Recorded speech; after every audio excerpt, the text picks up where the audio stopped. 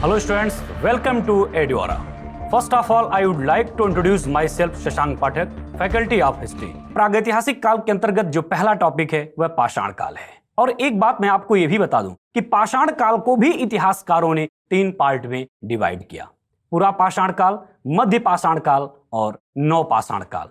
फिर मैं आपको बता दूं, गंभीरता से इस बात को समझिएगा, अभी स्टोन एज पाषाण काल को 3 पार्ट में इतिहासकार डिवाइड कर रहे हैं। उसके बाद एक एक पार्ट को भी कई अन्य पार्टों में विभाजित करके देखा जाएगा।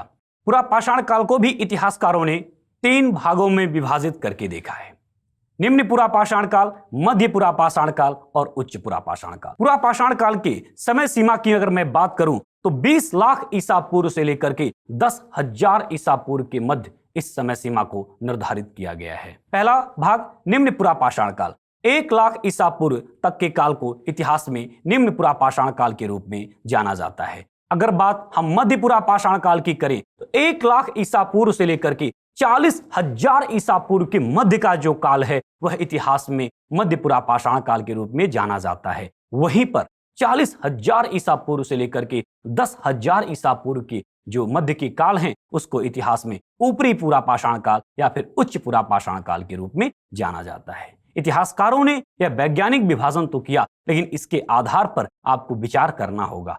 हर काल में मानव जीवन की स्थिति अलग अलग प्रकार से रही है। तो आइए हम यहाँ पर देखते हैं कि किस काल में मानव का जीवन किस प्रकार से रहा है। इस तरह से पूरा पाषाण काल के अंतर्गत जो पहला पार्ट है निम्न पूरा पाषाण काल, उस पर हम बात करते हैं।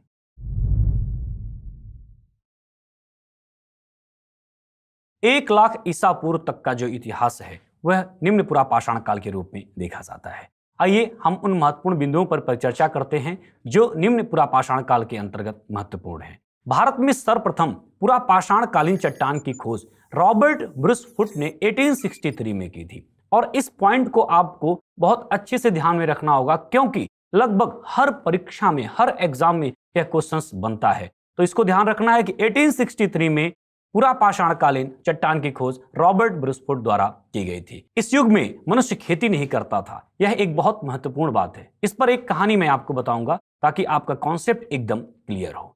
इस काल के लोग मुख्यतः शिकारी एवं खाद्य संग्राहक थे, और ये खेती से ही जुड़ा हुआ है कि मानो अगर खेती नहीं करेगा तो निश्चित रूप से अपनी जीविका चलाने के लिए वह शिकार पर निर्भर होगा। बट शिकारी एवं खाद्य संग्राहक, इन शब्दों के क्या अर्थ होते हैं इस पर भी हम आपसे बात करेंगे। इस युग में लोग गुफाओं में रहते थे, सामान्य सी बात है।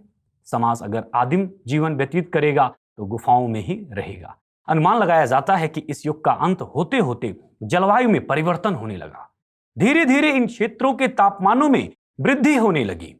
इस युग का मनुष्य चित्रकारी करता था, जिसका प्रमाण उन गुफाओं से मिलता है जहां वह रहता था। सबसे महत्वपूर्ण बात है, एक ऐसा समाज जो आदिम है, जिसको खाद्य संग्राहक के रूप में जाना जाता है, और वह चित्रकारी करता है, तो निश्चित रूप से इस बात को हमें गंभीरता से समझना होगा और उन स्थानों पर ध्यान देना होगा जहां से चित्रकारी के साक्ष्य प्राप्त हुए हैं। प्रारंभिक या निम्न पुरा पाषाण काल का संबंध मुख्यतः हिमयुग से है। इस काल के प्रमुख औजार बिदारनी और कुल्हाड़ी थे। यहाँ पर एक शब्द प्रयोग हुआ है कि इस युग का जो संबंध है मानव का वह हिमयुग से है। और इसके बाद एक शब्द और आपको मिलेगा कि इस काल के बाद धीरे धीरे जलवायु परिवर्तन होने लगा। जाहिर सी बात है कि जब जलवायु परिवर्तन होगा तो मानव जीवन उससे प्रभावित होगा, उनका रहन सहन, कल्चर सब उससे प्रभावित होगा, और मानव एक नए युग में प्रवेश करेगा। मानव उस नए युग में प्रवेश करे कि उससे पहले हिम युग की इस दास्तां को, जो कि पूरा पाषाण युग के रूप में जाना जाता है,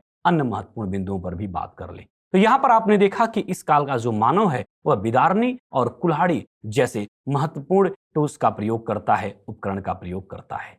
निम्न पुरा पाषाण काल साइट महाराष्ट्र के बोरी में मिले हैं। कई सारे ऐसे साक्ष्य हैं जो महाराष्ट्र के बोरी में प्राप्त होते हैं।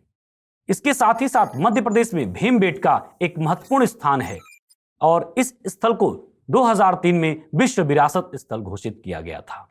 निम्न पुरा पाषाण काल के स्थल के बारे में अगर हम बात करें तो प्रमुख स्थल के रूप में कश्मीर, सौराष्ट्र, सोहन घाटी, गुजरात, मध्य भारत, डेक्कन का पठार, छोटा नागपुर का पठार, ये प्रमुख पुरा स्थल हैं जो निम्न पुरा पाषाण काल के अंतर्गत आते हैं। इसके साथ ही साथ कावेरी नदी के उत्तर का जो क्षेत्र है और उत्तर प्रदेश में बेलन घाटी भी महत्वपूर्ण स्थल के रूप में जाने जाते हैं। यहाँ पर आप कुछ महत्वपूर्ण उपकरण को देख पा रहे हैं जो पुरापाषाणकालीन उपकरण के रूप में जाना जाता है। मानव उस समय पत्थर के बहुत सुंदर उपकरण नहीं बनाता था। सामान्यतः पत्थर को तोड़ करके जो एक उपकरण औजार का रूप ले लेता था, उसी को जो है वह उपकरण के रूप में प्रयोग करता था। पुरापाषाण काल के अंतर्गत हम लोगों ने निम्न पुरापाषाण काल को देखा। अब हम बात करेंगे मध्य पुरापाषाण काल की। 1,00,000 ईसा पूर्व से लेकर के 40,000 ईसा पूर्व के मध्य का जो काल है वह इतिहास में मध्य पुरापाषाण काल के रूप में जाना जाता है।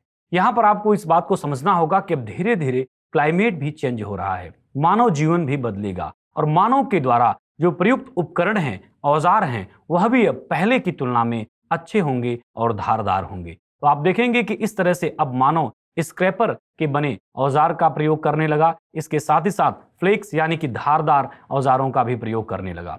इस काल के महत्वपूर्ण जो पुरा स्थल हैं वह उत्तर प्रदेश में बेलन घाटी से प्राप्त हुए हैं। इसके साथ ही साथ जो है लूनी घाटी, राजस्थान और नर्मदा नदियों के साथ साथ भीमबेटका से भी इसके महत्वपूर्ण पुरा स्थल प्राप्त हुए हैं। पूर्व पाषाण काल का जो अंतिम भाग है वह उच्च पुरा पाषाण काल या फिर ऊपरी पुरा पाषाण काल के रूप में जाना जाता है।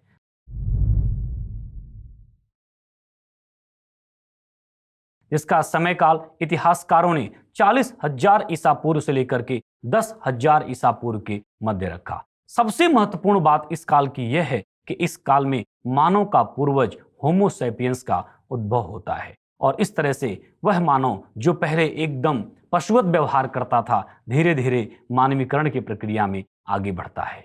उच्च पुरापाषाण काल में होमो सैपियंस और नए चकमक पत्थर की उपस्थिति के निशान मिलते हैं। और यहाँ पर मैं आपको बता दूं कि होमो सैपियंस का आगमन मानव जीवन के विकास की एक नई श्रृंखला की इतिहास कहता है। बात अगर हम लोग चकमक पत्थर की करें तो वह एक प्रकार के उद्योग में इसको बनाया जाता था। चकमक पत्थर जो होता था उसको चिटका करके कहीं कहीं पर आप देखेंगे उसको तोड़ करके या अचानक वह टूटता था तो वहां पर एक धारदार जो है निशान बन जाता था, वह कहीं न कहीं उपकरण के रूप में प्रयोग होता था। इसके अलावा छोटी मूर्तियों और कला एवं रीति रिवाजों को भी इस काल में दर्शाया गया है। उच्च पुरापाषाण काल के जो उपकरण होते थे विशेषतः हड्डियों से निर्मित होते थे। हालांकि प्रस्तर के उपकरण बनने बंद नहीं हुए, प्रस्तर के उपकरण भी लगातार बन रहे थे, लेकिन अब हड्डियों से निर्मित उपकरण भी बनने लगे, जिनमें सुई, मछली पकड़ने के उपकरण, हार्पून, ब्लेड और खुदाई के उपकरण भी प्राप्त होने लगे।